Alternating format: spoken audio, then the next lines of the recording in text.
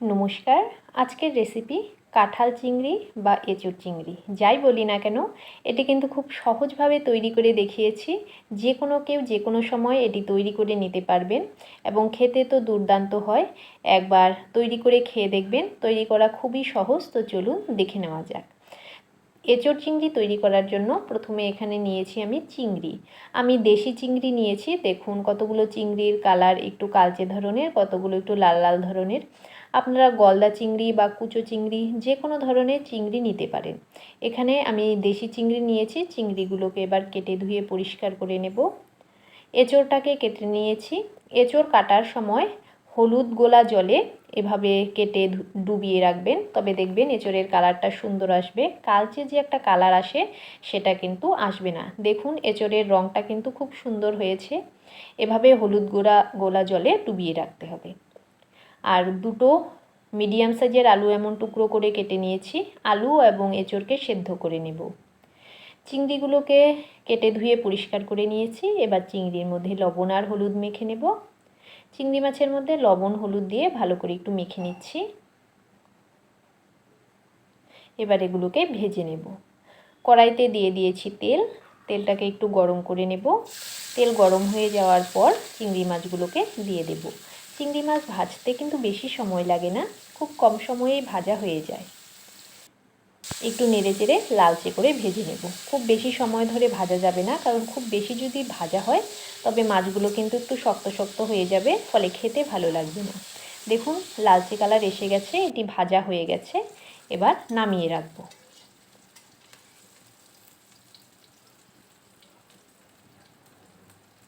সেই মাছ ভাজা যে তেল বেঁচেছিল তার মধ্যে দিয়ে দিলাম একটু শুকনো লঙ্কা আর হাফ চামচ পরিমাণ গোটা জিরে।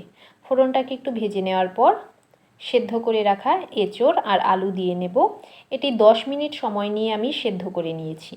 জল ঝরিয়ে এবার দিয়ে দিলাম। এর মধ্যে দিয়ে দিচ্ছি সামান্য পরিমাণে লবণ আর সামান্য পরিমাণে হলুদ। এবার এঁচোড় আর আলুটাকে একটু ভালো করে ভেজে নেব। এঁচোড় আর আলুটাকে একটু সময় নিয়ে ভালো করে ভেজে নিচ্ছি। এগুলো ভাজা হয়ে গেছে, এবার এগুলোকে নামিয়ে নেব। সেই কড়াইটা পরিষ্কার করে তার মধ্যে কিছুটা পরিমাণ তেল দিয়ে দিলাম। একটা রসুন ছুলে দিয়ে দিয়েছি আর বেশ কিছুটা পরিমাণে পেঁয়াজ কুচি দিয়ে দিয়েছি। এখানে আমি 4টি পেঁয়াজ ব্যবহার করেছি। 4টি পেঁয়াজ কুচিয়ে নিয়েছি, পেঁয়াজ কুচি দিয়ে দিলাম। এবার রসুন আর পেঁয়াজটাকে একটু লালচে করে ভেজে নিতে হবে। রসুন আর পেঁয়াজটাকে এভাবে একটু ভেজে নিচ্ছি।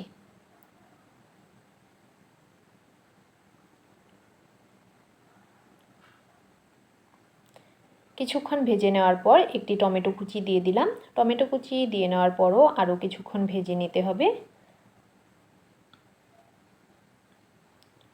পেঁয়াজের কালার লালচে হয়ে গেছে। এবার দিয়ে দেব স্বাদ অনুসারে লবণ আর দিয়ে দিচ্ছি আদা বাটা, জিরে বাটা, হাফ চামচ পরিমাণে হলুদ গুঁড়ো আর দিয়ে দেব লঙ্কার গুঁড়ো। ঝালটা আপনারা অবশ্যই নিজেদের স্বাদ অনুসারে দেবেন। যারা যেমন ঝাল খেতে পছন্দ করেন সেই হিসেবে ঝালটা দিয়ে নেবেন। সামান্য একটু জল দিয়ে এবার মশলাটাকে কষিয়ে নেব। মশলাটাকে একটু ভালো করে কষিয়ে নেব। গ্যাসের ফ্লেমটাকে কিন্তু এবার কমিয়ে দেব। গ্যাসের ফ্লেমটাকে মিডিয়ামে রেখে মশলাটাকে কষিয়ে নেব। মশলাটা দেখুন বেশ ভালো করে কষিয়ে নিয়েছি।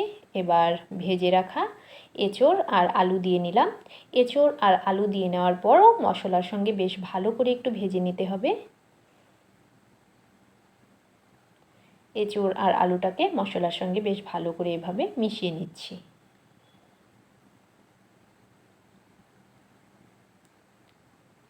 কিছুক্ষণ এভাবে ভেজে নেওয়ার পর এর মধ্যে জল দিয়ে দেব। এটা খুব বেশি ঝোলঝোলও হবে না, আবার খুব বেশি মাখা মাখাও হবে না, হালকা একটু ঝোল হবে। ভাজা হয়ে গেছে, এবার এর মধ্যে জল দিয়ে দেব। জল দিয়ে নেওয়ার পর ভালো করে একটু মিশিয়ে দেব।